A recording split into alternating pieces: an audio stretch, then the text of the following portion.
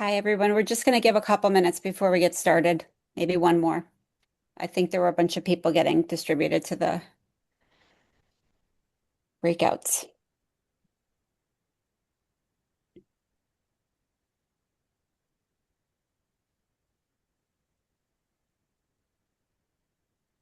What a great group. Just saying. Hey. All right. I think we'll go ahead and get started. Before we do, I'm going to share my screen, and we are really encouraging everyone, if you can, to scan this QR code and let us know that you're here in the room. So in case we have follow-up, and also so we can track who we've been engaged with. Um, if you wouldn't mind to take a second to do that, if you have not already. Thank you. I'm Amy Orenstein. I am here as part of the Social Impact Partners team. We are facilitating and supporting Cardona Solutions and the Commission's work. The Statewide Systems group is a wonderful group. We have a number of GWC members involved, and our co-liaisons are Kate Diaz, Chris Pentima, and Jason Rojas. So I don't think any of them are here today. Um, I'm going to give you a very brief overview of what we're planning to do in the project, and then really this is a listening session. So please start to think about what suggestions or questions you might have for us. Um, Really, this is Chris held up a slide for all of you that kind of sequence the work that the commission is doing. And it starts with pathways design, and then it moves into some of the student-focused activities, and it ends with statewide systems. So we are really just getting started. And what we're doing to get started is to try to understand the current state and what is happening and what is in place and what is working well and what might be an opportunity for improvement as we develop our vision for career pathways in Connecticut. Our whole scope, Chris said this too, but I'm going to just reiterate it because it will frame our conversation, that we are really looking at policy, funding, data systems, and accountability metrics. And in the end, the vision for this group is really that all of those things are designed to uplift and support career pathways and to make them functional. They are also designed to integrate and unite work, activity, and spending as opposed to uh, allowing it to be fragmented. So that's the scope of our project. Sorry. I wanted to just give a moment for any overview questions that you might have. And then what we would really like to do is, from your perspectives, get some input on what is in place today, how is it working, and how is it not working? When you think about your constituents and your job in the areas of funding, data, and policy for really advancing career pathways in the state of Connecticut, what should we know that we might not know, and don't assume that we know it? And what would you like to highlight as things that are really great and should be considered being acknowledged or replicated or being scaled? And what is a challenge that will have to be addressed in order for career pathways to be functional in Connecticut? So I'm going to open it up. I believe my colleague Jesse is here and he's helping with some of the note taking. So he may ask some questions as we go along. But would anyone like to start and share their experience or questions? I'm Sharon Denson. I'm with Disability in Connecticut. We're an organization of businesses in Connecticut who are committed to hiring people with disabilities. And in general, I didn't even know what group specifically to join because we don't represent people with disabilities, we represent employers. So we're kind of like straddle what usual normal type of areas.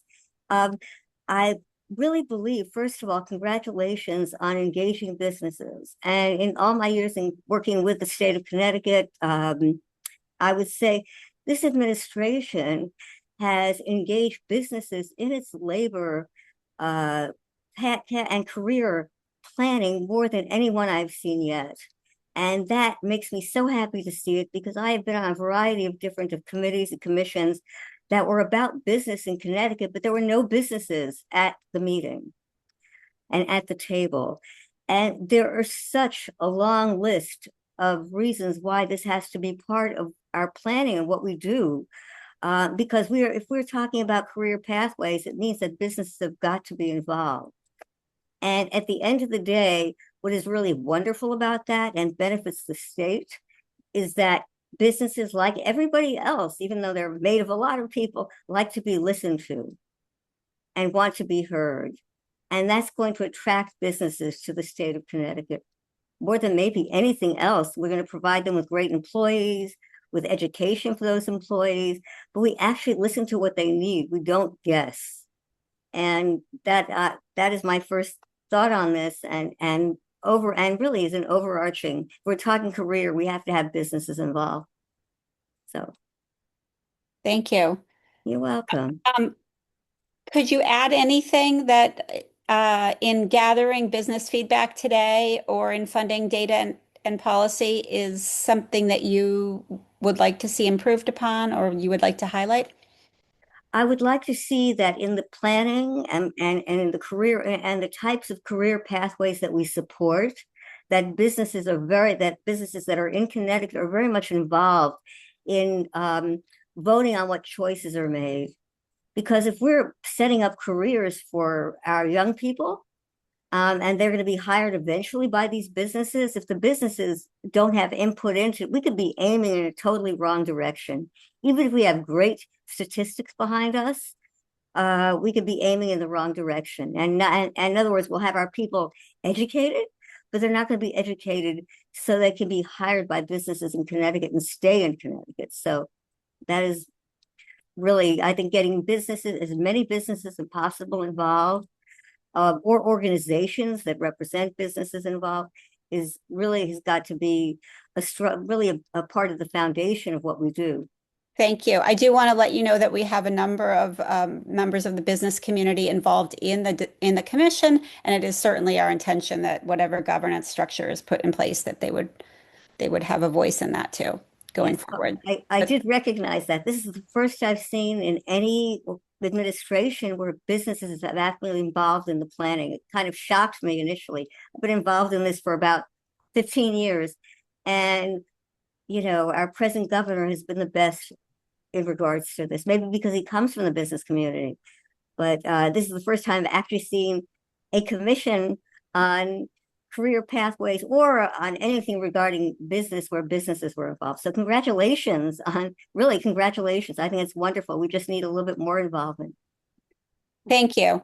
I'd like to see if there's, is it Tiffany? And please help me out if there's hand raised. Tiffany? Yes. Hi, everyone. My name is Tiffany Morrissey. I'm the Executive Director of the Connecticut Health Council. We're an economic development organization, part of Metro Hartford Alliance, but statewide.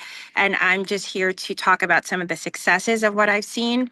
And that is, I also help co-convene the regional sector partnerships, which is in partnership with the Office of Workforce Strategy. And I see a lot of my colleagues on the call. We've done a really great job coming together to bring all the healthcare employers together statewide, united to talk about the workforce issues. And so I just want to advocate to ensure that we can continue to push forward those regional sector partnerships and use that platform for industry to talk about those opportunities. I also think from a systems perspective, we see a lot of labor data, and we understand that there's going to be a huge need for the healthcare workforce. And it'd be really great to centralize and understand what the academic current I guess you would say, programs are available and combine that data with the labor force data. I think we have a lot of data, but it's combining it in a holistic way to give industry the opportunity to understand and forecast those opportunities. I think we're doing them internally within our regions, but I'd like to see that centralized and statewide. Great. So what I hear is both centralizing the labor need and then back mapping it into the education and the curriculum that's preparing the students. Correct. And that data can be drilled down by region, but just seeing statewide what the issue is, we can get a macro look of the picture. And leveraging their regional sector partnerships to have industry convene would be, I think, very beneficial. We've built a lot of great momentum. Thank you. Tiffany, while I have you, is there anything that is challenging from the regional sector partnership right now? I think support from the state to continue to have them working and having the resources to continue to convene. Really, that's a big issue. Okay, thank you. I'm going to go to Carol.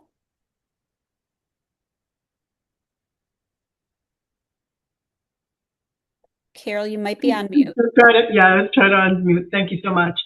It's a dovetail on Tiffany's comment there. One of the things that I think is critically important is also connecting students, whether they are K-12 or working individuals or full-time students or even veterans returning back into the workforce.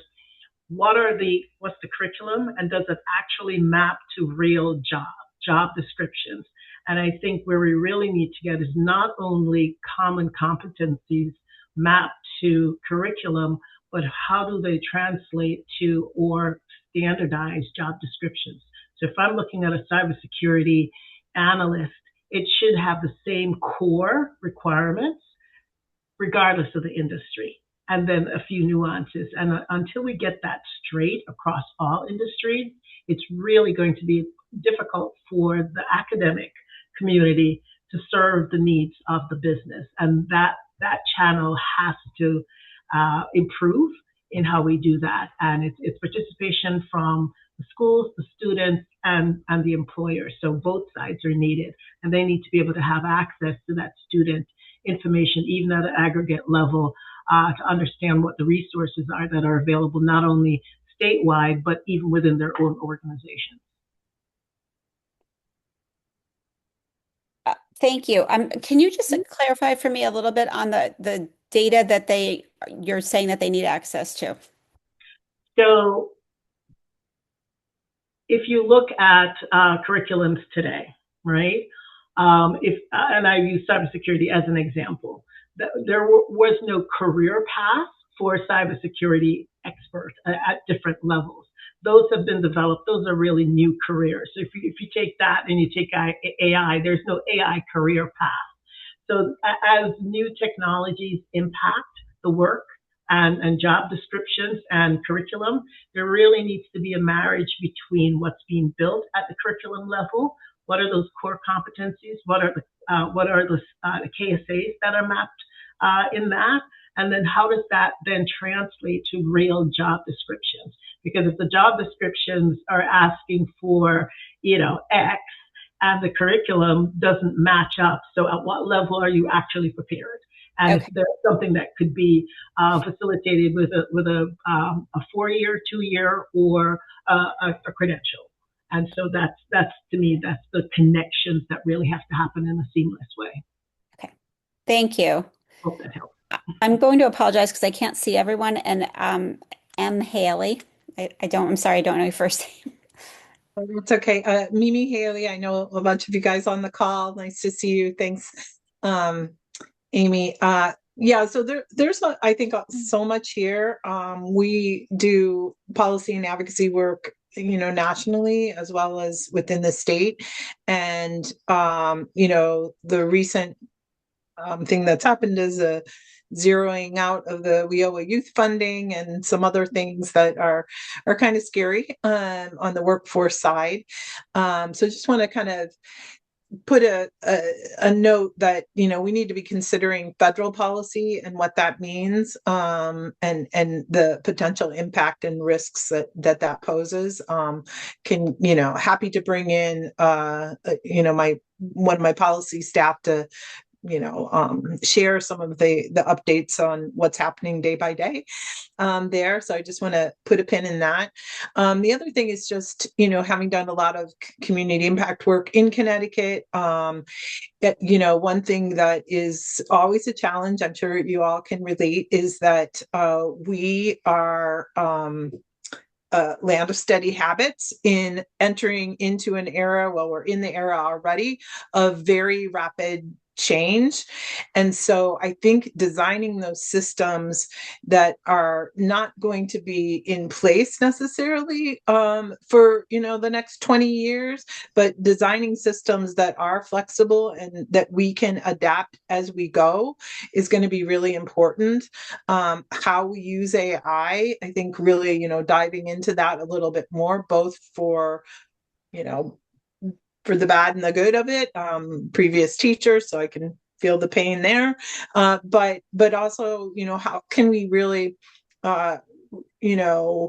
uplift some of those students or non-students or those young people that are disconnected by giving them those training. And I know there's some community colleges that are doing great work in that area in Connecticut. So how can we kind of connect the dots a little bit more between those employer needs and on the AI front, and how we can meet them more quickly and be better than the rest of the country? I can't say that in my national conversations, but I have a strong preference for Connecticut doing the best possible. And then just in terms of policy, data and accountability, Scott and I have had these conversations. I think there's been a ton of progress around data, but we still have a long way to go. Like, how do the connectivity between our school systems and our workforce programs is not what it could be. I think that there's also a lot of work that's been done, but how do we identify early on the students and then be able to track them in post graduation, or if they do drop out, how do we find them and reconnect them? So I guess the last thing, just in terms of funding, I think about our summer youth employment program. There's been some really wonderful research out of Boston and other places as well that are now looking at how that summer youth employment is utilized in those other sort of out of school time programs to be able to augment that career exposure, job experiences. And yet we really do not fund that very well. So that would be an easy kind of thing to kind of evaluate how it takes place and how we can really dive in and do a better job with our summer youth employment. And, where does that fit into this overall picture, I think is a really great opportunity, and happy to connect. There's research out in Northeastern, and we work closely with the mayor's office in Boston that has probably been one of the leaders in reforming this. So I will stop there, but there's a lot here. Well, first of all, I'm going to take you up on our offer to follow up with some of the policy and summer youth employment. So thank you. And thank you for those ideas. I do want to give other people, we have a number of hands up, but I heard you. Deb Poland.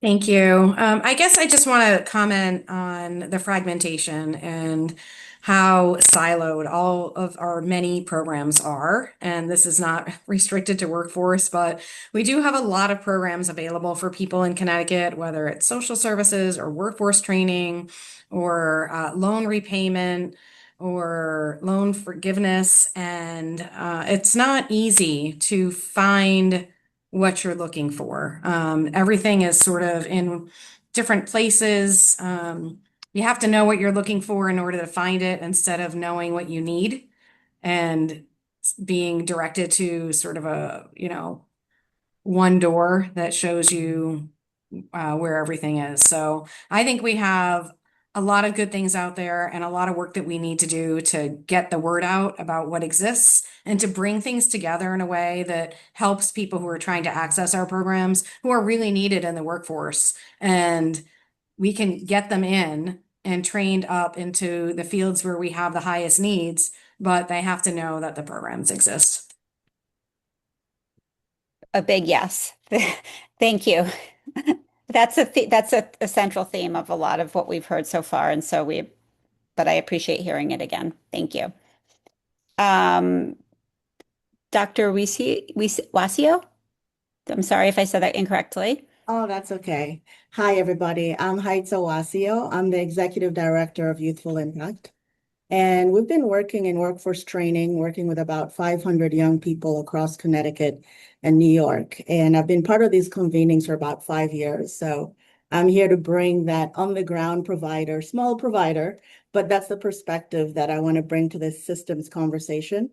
In terms of what's in place today from a provider's seat, as everyone has noted, the system is fragmented, not just by every other process, but by the funding streams, WIOA, state grants, the philanthropy processes that come in, the reporting portal, definition of success. So a small provider tends to spend a lot of time, real program dollars, trying to say, what does this mean here? And what does that mean if I translate it over there? So I do appreciate a strong design that supports streamlining these areas that could be possibly, having a little friction. And then that will help create a cohesive interdependent system. In terms of what's working well, I think it's amazing that we're having this conversation, just seeing the evolution over the last 5 years. CT Connecticut has a strong raw material, the workforce boards, P20 Win, the programs that work. So the pieces are there. I think the challenge could be around just simplifying what you build. So if the commission can take some time, and this is the process that we're engaging in now, if we can take more time to really streamline definitions, eligibility, reporting across funding streams, then later investments will get easier. So that's one key recommendation.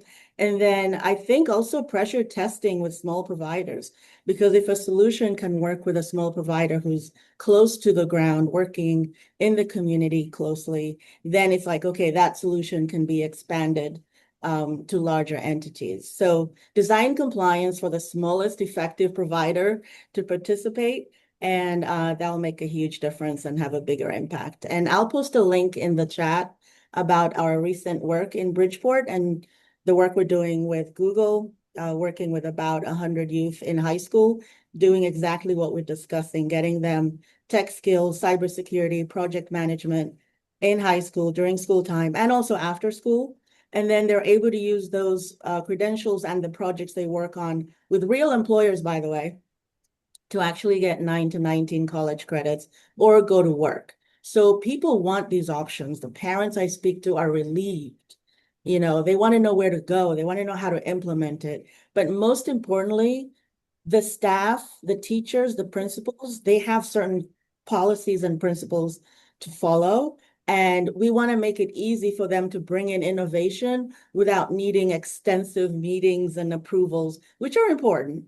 But I think in this phase of trying to bring in the new tech and the new AI, we want to make it easy for people to be ahead, to access innovations. So I'm looking forward to see what compliance approaches you can embed so that we can merge the old way of doing things and the new way. Thank you. Thank you. Mr. Max? It's not Max, it's Radenka Merrick. So my son sat and called me Mr. Max. So, so I think when we talk about what is a challenge, the challenge in Connecticut is heavy unionized state. In particular, AUP. So if we think of the supply and demand, this program will require agility and speed. And without agility and speed, we cannot provide students with the skills. So for example, a couple of years ago, we had tremendous flux of the students in computer science that we could not take them. We recruited almost 20 new faculties. That demand in 2 years changed because now students are not interested in software development. They are interested in the hardware development because of NVIDIA and chips and quantum and AI. But we cannot lay off people and have opportunity to recruit new people. So if you can think how this can work in the highly unionized environments, if you form like 501(c), when the faculty can participate, but not as a unionized workers, and also use the investment that state made in the universities. For example, we have Synchrony Financial Cybersecurity Center. We have cybersecurity for hardware and software. Those are the 100 millions of investment from state and private sector. And we can provide the right skills at the right level if we have flexibility onboarding and offboarding when there is demand. So I think we have to address what it means to educate students in heavily unionized environments where you must have flexibility based on the industry demand, and understanding that that industry demand is now changing faster than ever before. Thank you. I'm writing down. Very well said. I'm not going to try to recap it, but I appreciate the perspective of being agile and being able to change and align as the supply and demand shifts, and definitely in the environment with the unions. So we will hear that feedback. I am looking for others with their hand up. I apologize, I can't see everyone at once. So am I missing anyone's questions or comments? Feel free to take yourself off mute and shout out.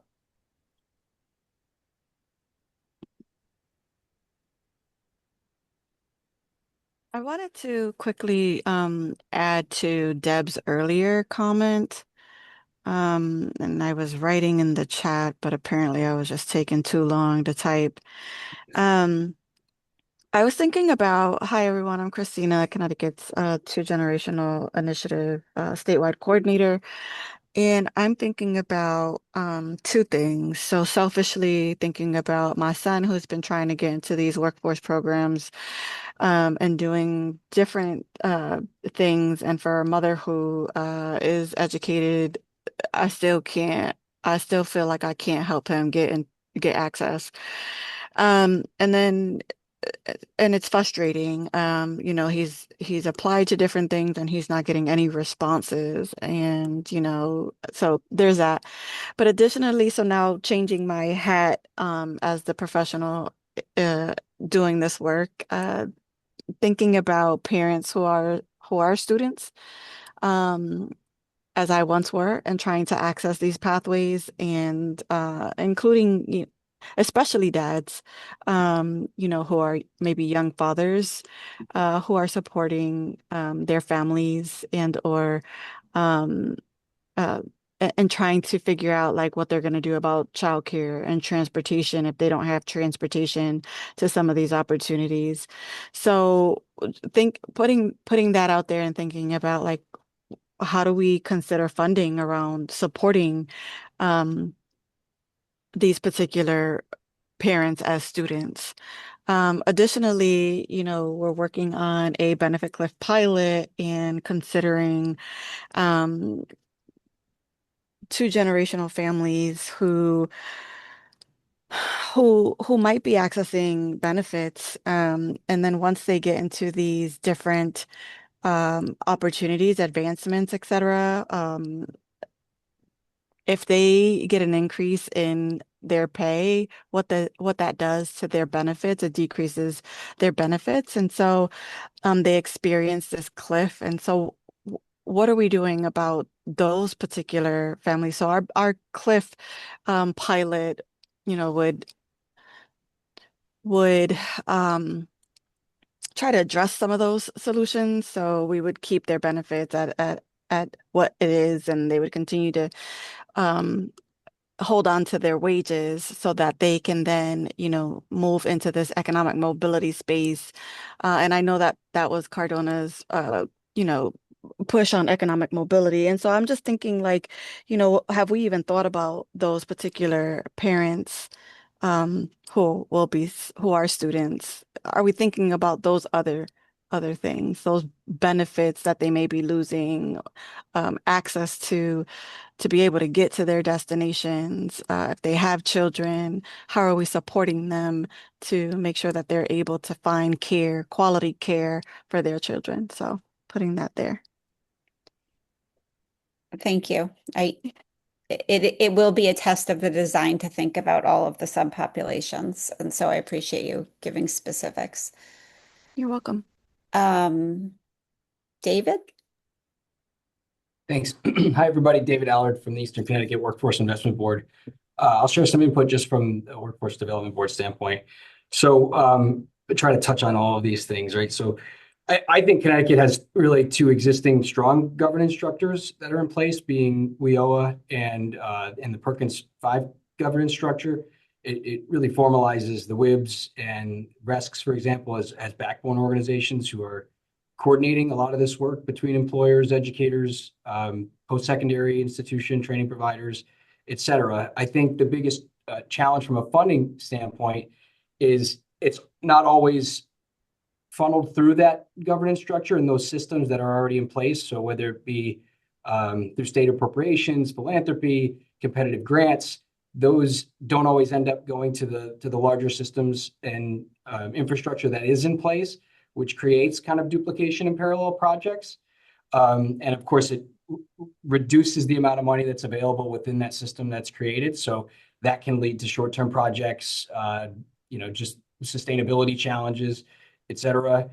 So what's working well, at least in Eastern Connecticut, I can tell you we have a really strong community partnership of workforce development and educational partners that are contributing in our system, and a lot of fund braiding to deliver services that make a substantial impact, all really strongly connected to our regional sector partnerships. And I think the challenge would be is how do we acknowledge those existing structures and take advantage of them as far as we can, rather than creating new infrastructure. Thank you. I want to just make sure what I heard you saying is that the infrastructure works well and that it is braiding together different funding streams like WIOHA and Perkins, but there are other funding sources that go around the infrastructure that is there, creating competition or just more confusion or lack of consolidated funding in one Correct. place. Okay, I just want to make sure I was hearing what you were saying correctly. Can I follow up on that? David, can you just share in terms of those other funding streams that you're speaking to that cause the kind of duplication or additional competition? Are you speaking mostly to philanthropic funding sources, or is there any other types that come to mind? I think you can pick philanthropic. I think there's other competitive grants that don't necessarily lean into the system that's in place to deliver programs that are ad hoc. I think there's regional strategies, both from an education standpoint and how schools are designing CTE programs, and then from a workforce development standpoint and how the workforce boards develop their local plans and define those strategies, which are now kind of connected, and how those, the Perkins plans and the local plans for the boards are saying they're going to deliver programs. And the idea is that the work will kind of circle around them and then funnel into it. And I think anything that doesn't at least take that into consideration as it's being developed anew can run the risk of becoming duplicate. Great, thank you. And I'll add just one other thing, Jesse. I think it's really easy for the systems that are in place to bolt on new initiatives without having it be disruptive. So for example, if a provider has something new to offer, a local service provider, even a new service provider that doesn't exist in the region, I think the boards and even the education partners find ways to build and bring them into the partnership. At least in the East region, I can speak for that. Seems like Eastern Connecticut would be the place to pilot. I'm joking, but happy to discuss what we have going on. Scott. going to make a quick comment. I think what Carol was talking about earlier sounds to me like learner employment records, which is something I don't think we've done. Oh, I should introduce myself. Sorry, I'm Scott Gall. I'm the Chief Data Officer. I talked in the earlier meeting. Nice to meet you. Carol brought up sort of the looking at skills in people's resumes. Learner employment records is something some other states have done. I don't think we've done a ton of in Connecticut, but when what you were describing sounds to me like that. And then I went and read and clicked through an article about it that I'll put in the chat here that then goes on to talk about the state's 2-gen efforts and the benefits close work that Christina was talking about. So I thought that was a nice connection between the two things. And I don't think we've really looked at learner employment records a lot as a state, but that's what I heard when you were talking about it. Absolutely, and you're correct. And I've worked in Indiana, Montana, Colorado, and we're doing some work in New York State as well. So certainly they're far ahead of where we are, but there's plenty of time to catch up, I think. So, and New Hampshire as well is also working on LER adoption. So I think that's really something that we need to put on the agenda of things that will help to fill some of the gaps that we have. Great. Thank you. And Scott, thank you for connecting all the dots.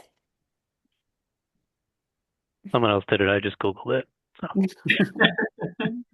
But you're faster than I am with this. Okay. Is there anyone else with comments or hands up?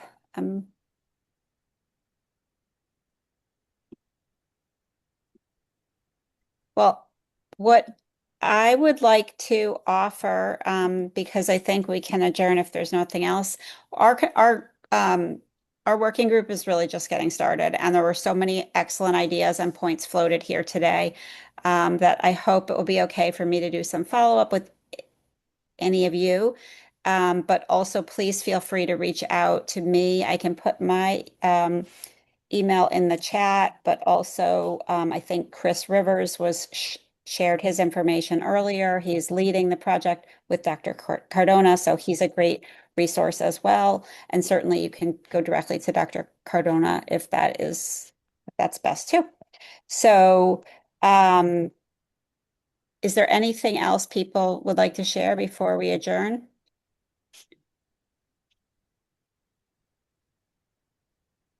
Okay. Well, thank you so much. We really appreciate all of the feedback, and I think there was a lot of really great points and some new things for us here today. So that is really super helpful. We look forward to hearing and talking more. Thank you. Appreciate you.